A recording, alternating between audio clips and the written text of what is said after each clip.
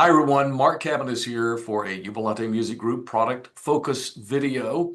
And our focus today is on a brand new Christmas cantata from Lloyd Larsen, Sing the Song of Christmas. Really excited about this work. Can't wait to chat about it. And with me today is the creator of that work, Lloyd Larsen. Welcome, Lloyd.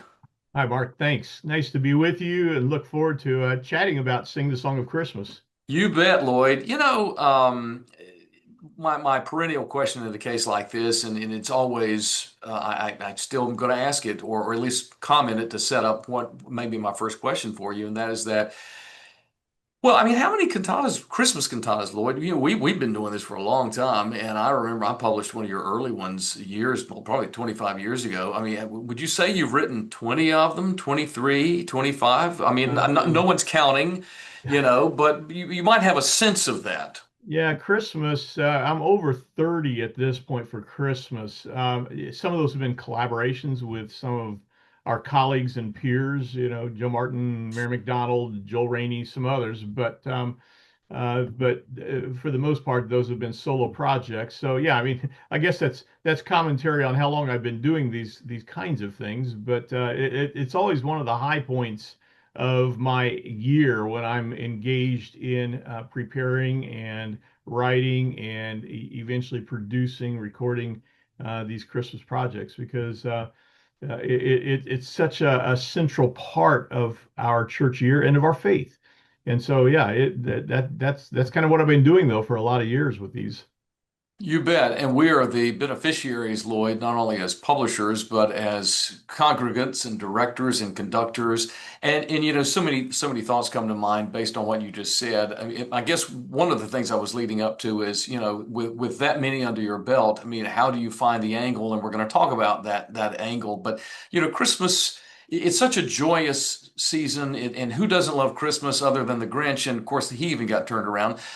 But Yeah. it's such a joyous assignment, and so that's a wonderful assignment. It's a wonderful experience, I know. But as we talk about your experience of creating this newest cantata, "Sing the Song of Christmas," what you chose this time, Lloyd, is to build it around the theme of song, "Sing the Yeah. Song of Christmas." So, why did that concept resonate with you for telling the Christmas story?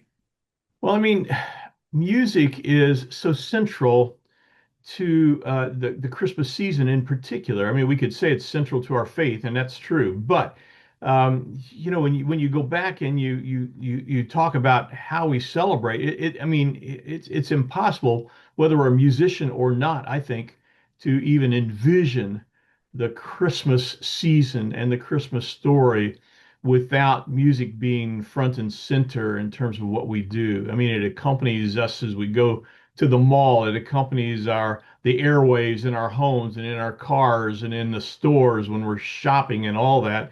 And it certainly is front and center when we talk about our worship experiences from the beginning of Advent all the way through the Christmas celebration, or even in some traditions, clear up through Epiphany and beyond. So it just felt like something that it was kind of an angle, a perspective that I had not employed in previous cantatas and musicals, and it just hit me that this was a unique and distinctive kind of way to tell the story. As you know, Mark, and you and I have talked about this, I have some traditions are a vital and central and significant part of how all of us celebrate Christmas. And so it's hard to imagine, having Christmas celebration without the pictures of going to grandma and grandpa's house for me, and probably for many of us, being a part of that, or for worship, maybe Christmas Eve worship or other meaningful traditions. And so to bring music into the heart of this Christmas story just felt like the right approach, the right angle, the right perspective to employ. So that's really what drove this, and how I became the catalyst for this particular approach to telling the Christmas story. Absolutely. And I can't wait for our viewers to really dig into the work and take a listen to the entire thing because what you do, Lord, you do so skillfully weave the carols through the narration or narrative. And literally, there is narration, of course, but the carols help tell the story progressively. And I think that's brilliant. And a wonderful thread, obviously, to take us through the experience.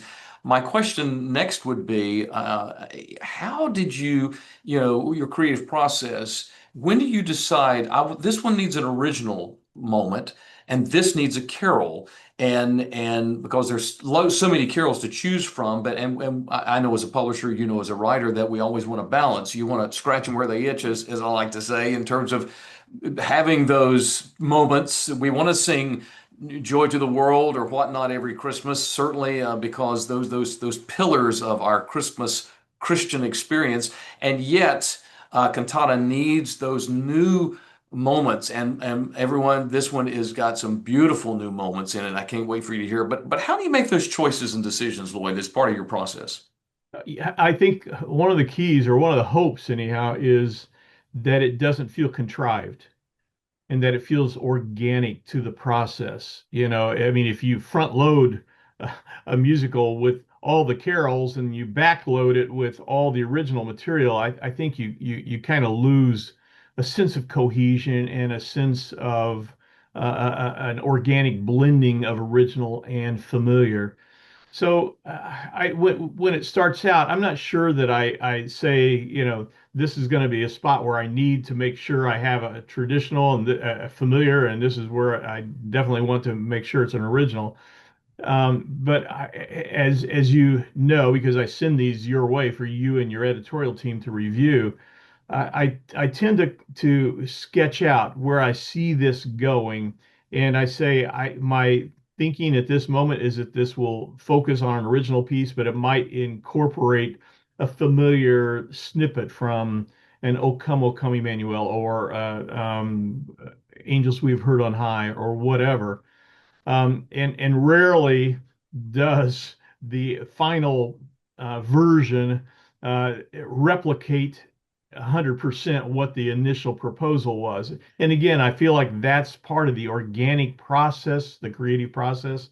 And also, I'd like to believe that God's Spirit guiding me in that process as all that comes together. And the longer I live with a piece in the creative writing process, the more this all begins to flow together in my own thinking, as to how to best communicate this particular part of the story. Like you said, Mark, there are some pieces, and this has been part of my commitment over the years of blending original with new. There are some parts of the Christmas story you cannot avoid, and you don't want to avoid. I mean, you don't want to avoid the angelic proclamation to blue collar shepherds on a Judean hillside on an ordinary work night, all of a sudden becoming first row audience to this angelic heavenly song proclaiming the birth of Christ. How do you avoid that? I'm not sure you do. You don't want to avoid that moment, a poignant moment in the stable in Bethlehem, where Mary and Joseph are kind of fully embracing all that has transpired in their lives in recent weeks and months, as they have been selected out of the human population, divinely selected to carry this significant role. A lot of times in singing the song of Christmas is one of those examples. I encourage and allow for the participation of a congregational response. And I chose to do that. I don't always do that, but I did choose to do that this time around, where the congregation has an opportunity to join the choir in a singing of a familiar carol at the end. And essentially, that is our response to say, we've witnessed this song, the story of this song, which finds its ultimate perfection in what I call the perfect song. It's the penultimate, the last, next to last piece of the musical, and it's really a metaphor for the newborn Christ child. It's a metaphor for Jesus, And that is the perfect song that we've seen develop. And then the congregation gets to respond because we're invited to be a part of this song. We're invited to even go as evangelists, if you will, to proclaim the song to the world. And so that becomes a part of this whole story. That's a long answer to your short question about original versus new material, but that's kind of where I see all this evolving and developing, and hopefully in what feels like a very organic kind of way as we walk through the story of the Song of Christmas.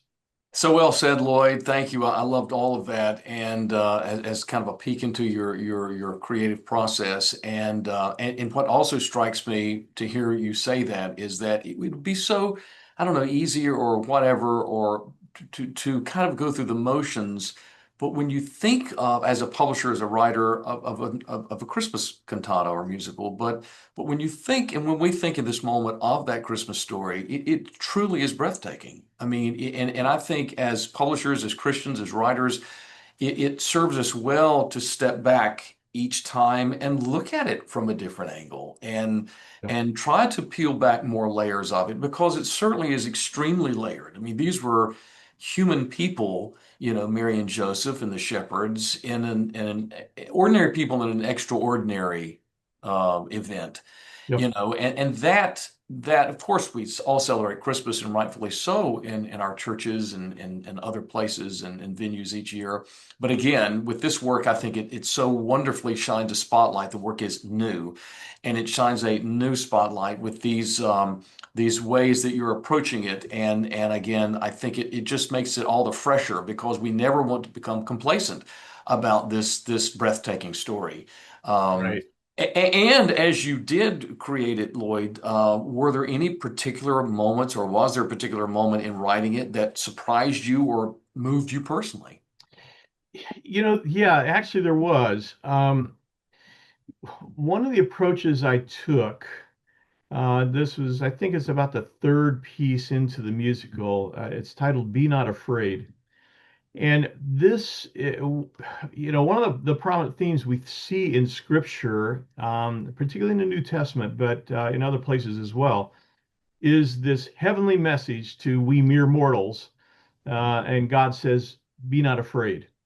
And that message was delivered to Mary and then subsequently to Joseph as they were approached by the angelic beings, if you will, the heavenly messengers, that they had been divinely selected by God to fulfill a unique role.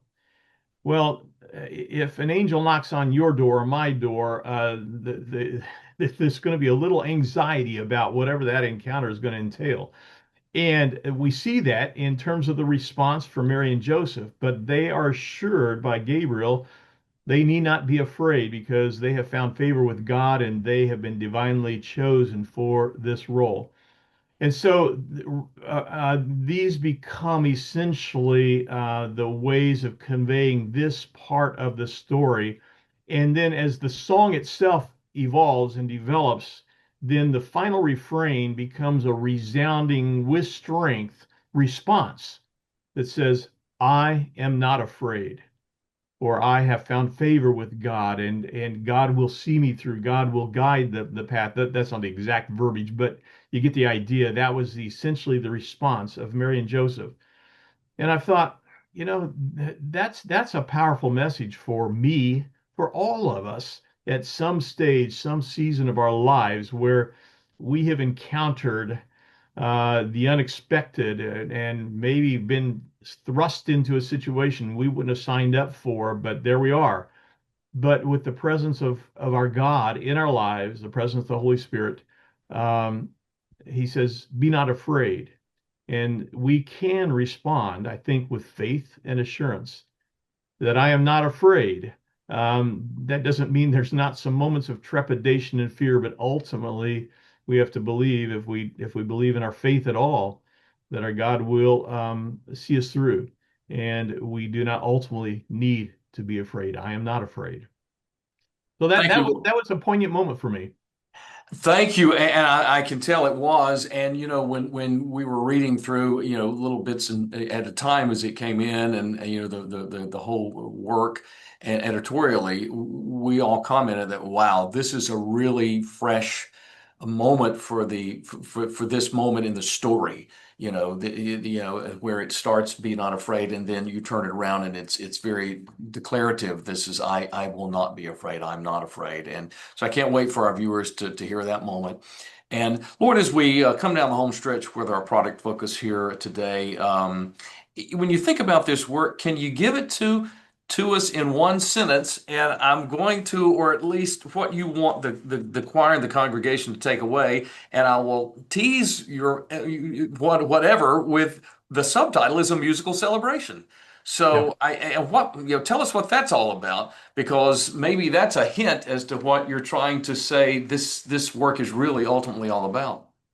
Well, I mean, because the theme is music, it seemed like that was an appropriate kind of way. And there are many celebratory moments, big moments, in the piece. It ends big. It starts big, actually. Sometimes I've started these cantatas on a more contemplative note. In this case, this actually starts on a very celebratory note. And so that I think that's what prompted me to particularly for us to head in that direction because it really is a musical celebration of the Christmas story. But I guess if I were to summarize the overall gist of the work itself, it comes down to that next to last penultimate piece in the musical, which says Jesus himself is the perfect song. That was again kind of one of those unique moments where I thought, we don't typically think of our Lord, the Messiah, the promised Messiah King, in musical terms. But in this instance, everything, the prophetic song of Isaiah, as we call it, the singing the song of Bethlehem, the angelic song, the proclamation of the angels, but ultimately everything led to the perfect song, which in this instance is Jesus. And so I think that's probably in my mind, maybe the culminating thought or the culminating idea that we celebrate this perfect song, which is the gift of heaven, the newborn baby born in Bethlehem, Jesus. He is the perfect song. Wow.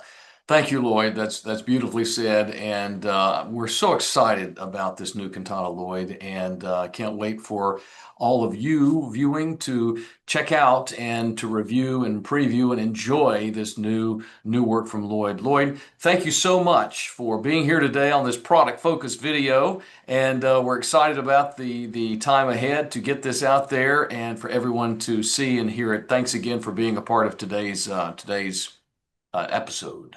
Thanks, Mark. Appreciate it.